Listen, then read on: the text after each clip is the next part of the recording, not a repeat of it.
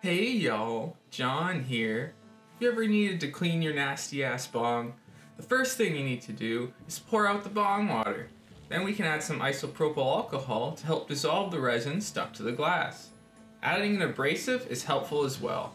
You can use fresh or used coffee grounds as an excellent abrasive. Give your bong a good old shake to help scrape up that resin, as well as let the isopropyl do its work dissolving the tar. Then go pour it right in the middle of the road for all of your neighbors to appreciate. Remember, if someone doesn't see you cleaning your bong, did you really even clean it?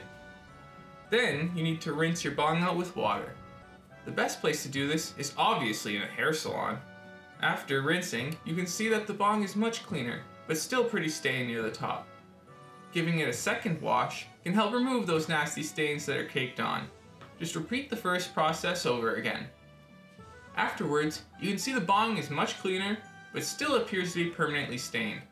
So what we do to clean up that is go ahead and just smash that bong like you smashed the like and subscribe buttons for this channel. Start vaping instead. You can buy vape carts at the HowToWeed owned vape store, cartandpod.com.